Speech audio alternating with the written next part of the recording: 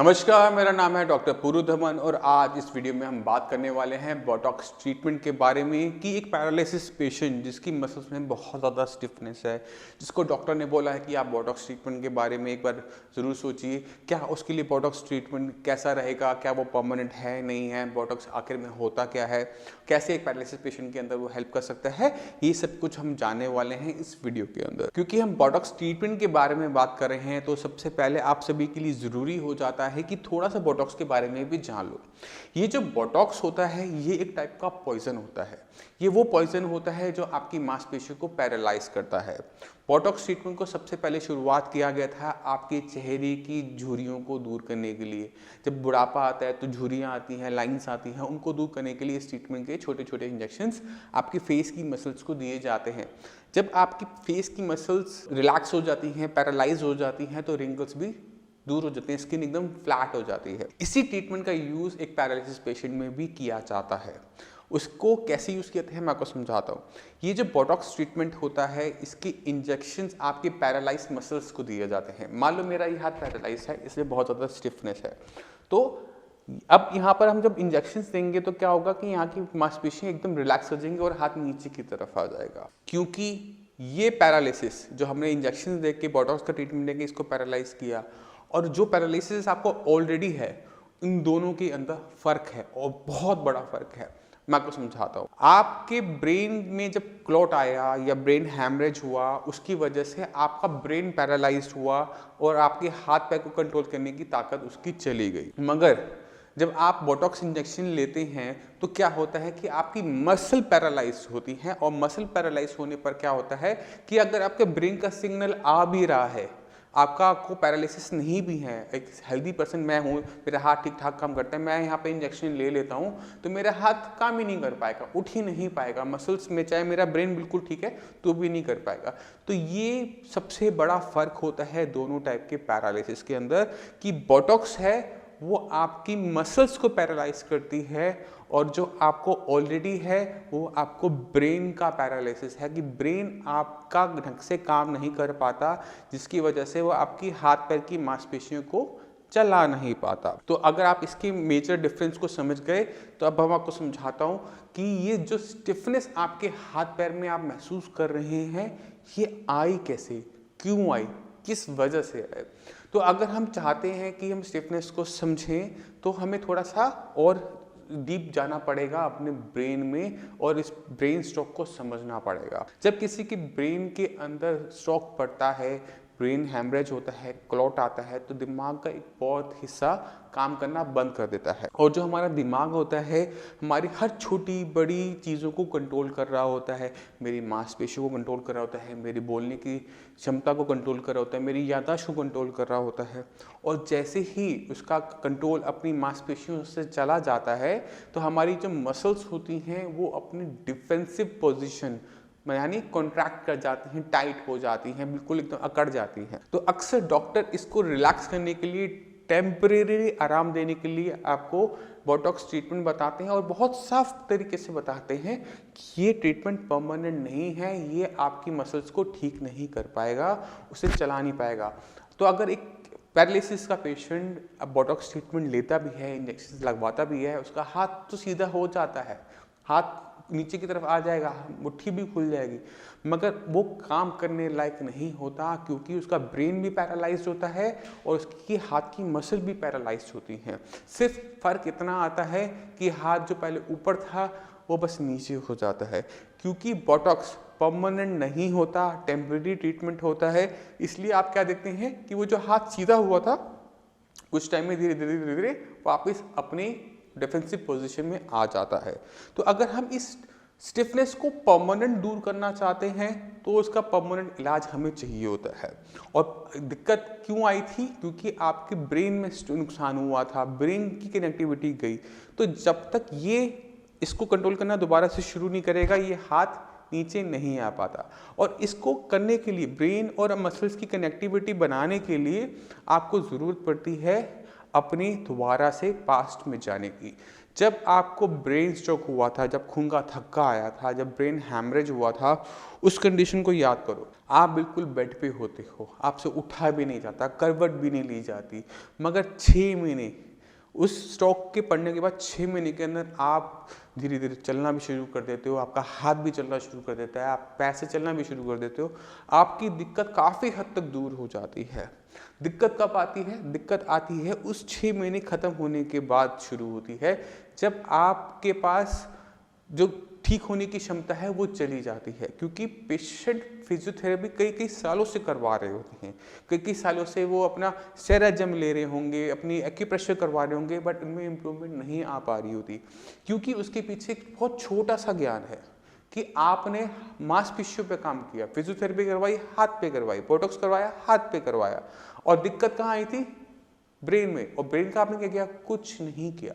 इसी वजह से जो पैरालिसिस जो होता है, पैरालिसिस के पेशेंट होते हैं, उनको ये कहा जाता है कि अब आपको पैरालिसिस हो गया, ये तो रह ही जाता है, ये तो ठीक ही नहीं होता। और यही बातें, यही लोगों की बातें पेशेंट को इतना निराश कर देती हैं कि पेशेंट ठीक होना ही नहीं चाहता, उसमें ठीक होने की जो आशा है वही ख़त्म हो जाती है। मगर पैरालिसिस पेशेंट को अगर अपनी बीमारी को समझ लेता है, वो अपनी इस बीमारी के पीछे जो कारण है उसको जान लेता है, तो उसको समझ में आ जाता है कि आज तक मैं जो भी करता आ रहा था वो गलत जगह करता आ रहा था। जो मुझे मेहनत करनी चाहिए थी वो कहाँ करनी चाहिए थी? अपने ब्रेन के अंदर करनी चाहिए थी, जहाँ पर दिक्कत आई थी, तो जहाँ पर ब्लॉकेज आई थी, जहाँ से कनेक्टिविटी नहीं आ रही, अगर हम उस कनेक्टिविटी को ठीक कर देते हैं, ब्रेन और मसल्स की कनेक्टिविटी को वापस ले आते हैं, तो ये जो कंट्रोल होता है ये आ सकता है, और ये आया भी होगा। जब आपका स्ट्रोक पड़ा था तो ये हाथ चलता था? नहीं चलता था ना, मगर अब आपका हाथ उठने भी लगा है, थोड़ा थोड़ा, थोड़ी बहुत आपकी फिंगर्स भी हिलने लगी हैं।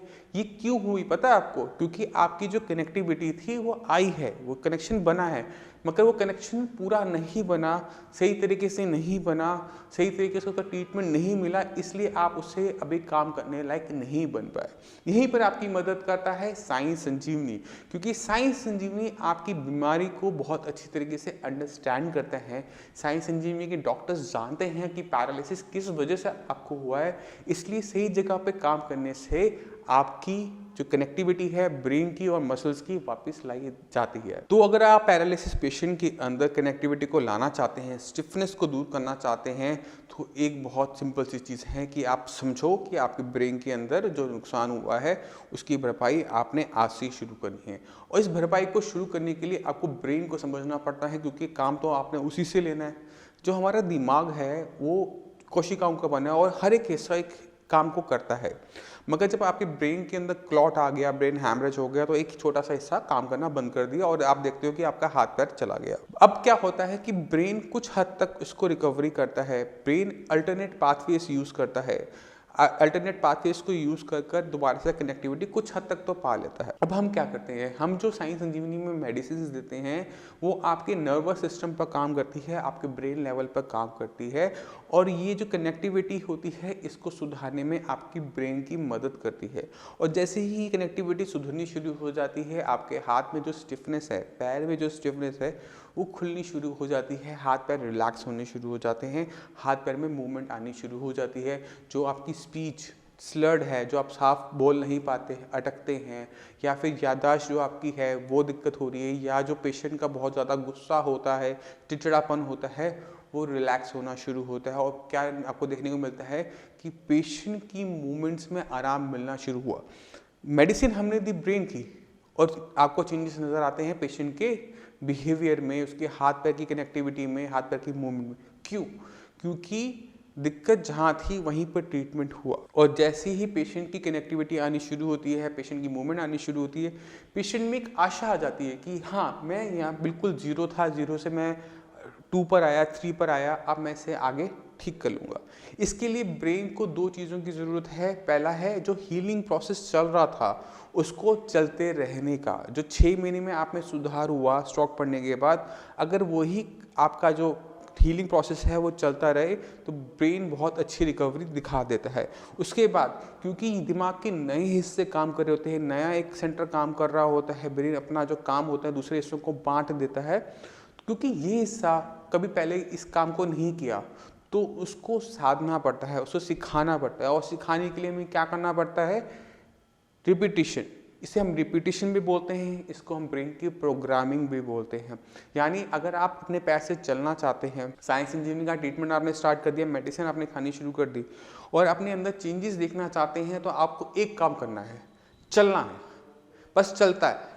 आपने रोज अपना कम से कम 45 मिनट सुबह, 45 मिनट शाम को आप चलेंगे, तो होगा कि जब आप पैर रखते हैं, ज़मीन पे नीचे रखेंगे, आप अपने ब्रेन को सेंस करवाते हैं कि मेरा पैर सीधा नहीं जा रहा, मेरा पैर टेढ़ा जा रहा है, मुझे यहाँ पे दिक्कत हो रही है।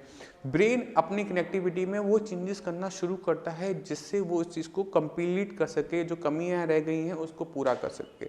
मगर ब्रेन को वो चीज़ महसूस करवाने के लिए आपको चलना पड़ता है। तो जितना आप चलेंगे, आपकी जो मसल्स हैं, आपकी बॉडी के अंदर जो सेंसर भगवान ने दिए हुए हैं, वो हर एक दिक्कत को सेंस करना शुरू करते हैं कि पेशेंट को इस चीज़ में दिक्कत हो रही है, तो मुझे ये मॉडिफिकेशन करनी है। ये ऑटोमेटिक तरीके से होता है, इसके लिए हमें कुछ अलग से कुछ नहीं करना पड़ता, सिर्फ ब्रेन को सपोर्ट करना पड़ता है कि वो इस चीज़ को सीख सके। और सीखने के लिए, उसे सिखाने के लिए आपको चलना पड़ेगा। वो ऑटोमेटिक तरीके से आपकी चाल को भी देखेगा, आपके बैलेंस को भी देखेगा, और अपने अंदर जो चेंजेस उसने करने हैं अपनी कनेक्टिविटी के अंदर, वो ऑटोमेटिक तरीके से होनी शुरू हो जाएगी। इसी तरह से जब पेशेंट की हाथ की बारी आती है, यहाँ हाथ पे जो केमिस्ट्री है, ये इक्वेशन है, वो बिल्कुल अलग हो जाती है, क्योंकि पैर से आप दोनों पैरों से चलते हैं, मगर हाथ के बारे में क्या होता है, आप एक हाथ से सारे अपने काम कर लेते हैं और पैरालिसिस वाले हाथ को इग्नोर कर देते हैं। मान लो मेरा ये राइट हैंड पैरालिसिस है, तो पेशेंट क्या करेगा, अपना नहाना धोना, कंघी करना, सारे काम अपने लेफ्ट हैंड से कर लेगा, खाना भी लेफ्ट हैंड से खा लेगा और राइट हैंड को भूल जाएगा। तो जितने भी पैरालिसिस के पेशेंट हैं साइंस इंजीनियरिंग के, जिनका ट्रीटमेंट चल रहा है, उनको बहुत स्ट्रेट फॉरवर्ड और एक ही बात कही जाती है कि इस हाथ को इस्तेमाल आपने करना है, मगर ये तो काम करता है नहीं। तो एक छोटा सा आपको तरीका बताता हूँ।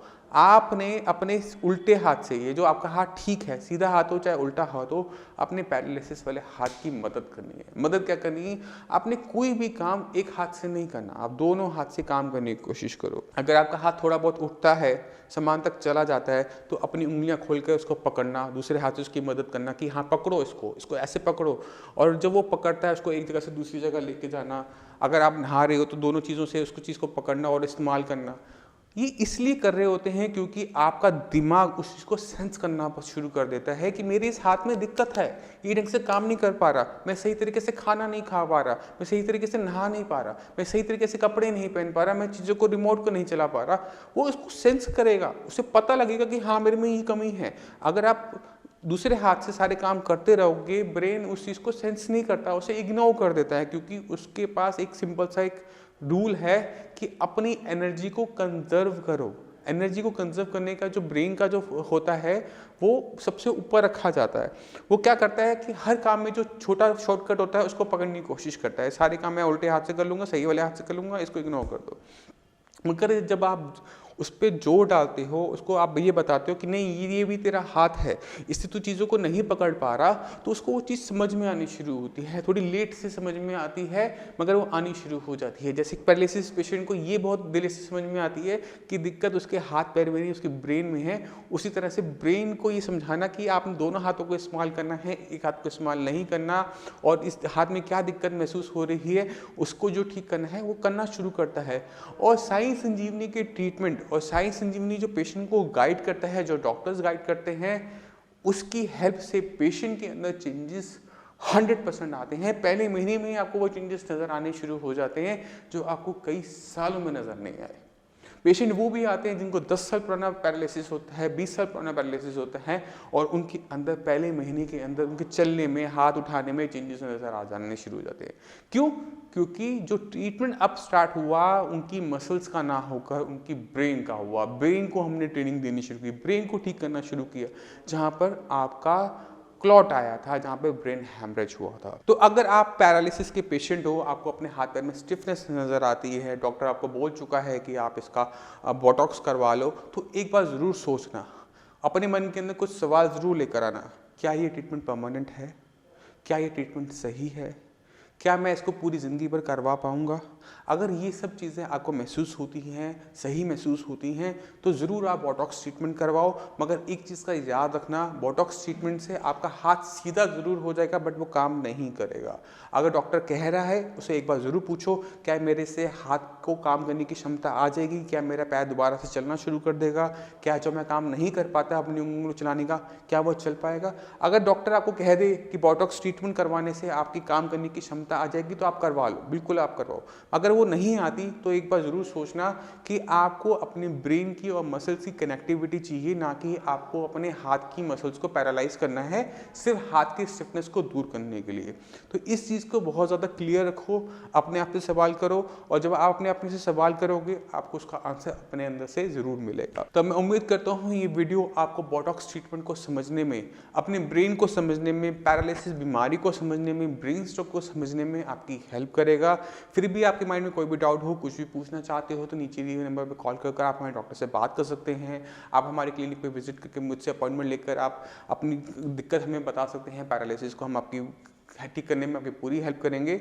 आप हमारी साइट sciencesanjeevani.com पर जाकर एक छोटा सा फॉर्म है, यहाँ पे नेम, एज, जेंडर आपने भरना होता है, किस साइड का पैरालिसिस है, कब से है, क्लॉट की वजह से हुआ या ब्रेन हैमरेज की वजह से हुआ, जो आपकी मेडिकल रिपोर्ट हो, सीटी स्कैन हो, आप उसमें अटैच कर हमारे डॉक्टर्स को सेंड कर सकते हैं। डॉक्टर एक बार एग्जामिन कर लेता है, समझ लेता है कि दिक्कत किस वजह से था, तो उसके हिसाब से आपका ट्रीटमेंट स्टार्ट होता है। आपको बहुत अच्छी तरीके से गाइड किया जाता है, चाहे वो आपकी डाइट हो, चाहे वो आपकी एक्सरसाइजेस हो, चाहे वो आपकी ब्रेन की ट्रेनिंग ही क्यों ना हो, वो आपको बहुत अच्छी तरीके से गाइड किया जाएगा। और जब आप सही तरीके से चलते हैं, हर जगह काम करते हैं, जो अपनी गलतियां आपने आज तक की हैं उससे दोहराते नहीं हैं, तो पेशेंट के अंदर चेंजेस डेफिनेटली आते हैं। फर्स्ट मंथ में ही आपको चेंजेस नज़र आने शुरू हो जाते हैं। इसलिए साइंस संजीवनी के सभी पेशेंट्स को कहा जाता है कि अपना बिफोर ट्रीटमेंट और आफ्टर ट्रीटमेंट की वीडियो ज़रूर बनाओ। जब इलाज लेना आपने शुरू किया उससे पहले अपनी एक वीडियो ज़रूर बनाओ, चलते हुए, हाथ उठाते हुए, और 1 महीने के ट्रीटमेंट के बाद दोबारा से बनाओ, और दोनों ही वीडियो को साथ चला के उसके अंदर जो डिफरेंस है उसको ज़रूर नोटिस करो। इसको आप नोटिस करोगे, ये जो डिफरेंस होता है आपको पावर देता है दोबारा से अपने अंदर एनर्जी भरने का कि यस मैं इसे जीत सकता हूं, और आप उसे जीत जाते हो।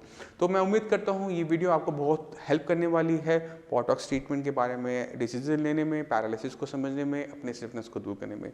इसी के साथ मुझे चलने की आज्ञा दीजिए। धन्यवाद।